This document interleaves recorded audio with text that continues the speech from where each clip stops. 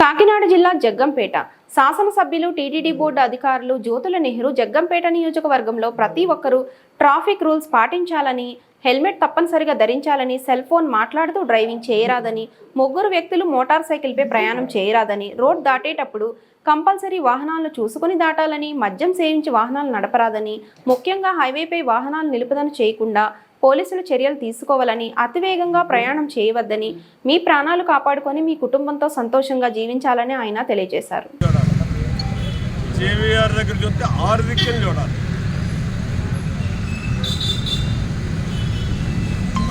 Road cross చేసేటప్పుడు మాత్రం చాలా జాగ్రత్తగా చూసి వెళ్ళడంలో మనకి పంపులు అంటుకుపోయేది ఏముండదు. ఒక నిమిషం లేట్ అవుతుందండి.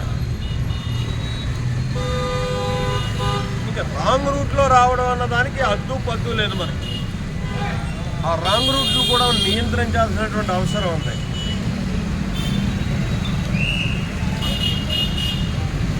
ఈ హైవే మీద ఆపడం అన్నది పోలీసులు తీసుకోవాలి. అది మనం ప్రజలకు కాదు చెప్పడం.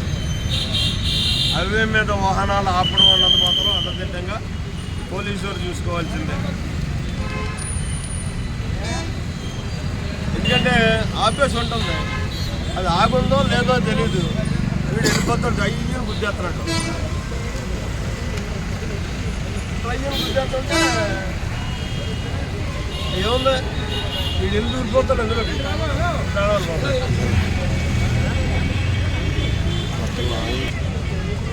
ఇప్పుడు కూడా మనం రోడ్డు క్రాస్ చేసేటప్పుడు కానీ, వెనక నుంచి కానీ, అదర్ నుంచి కానీ ఎవరినైనా మనం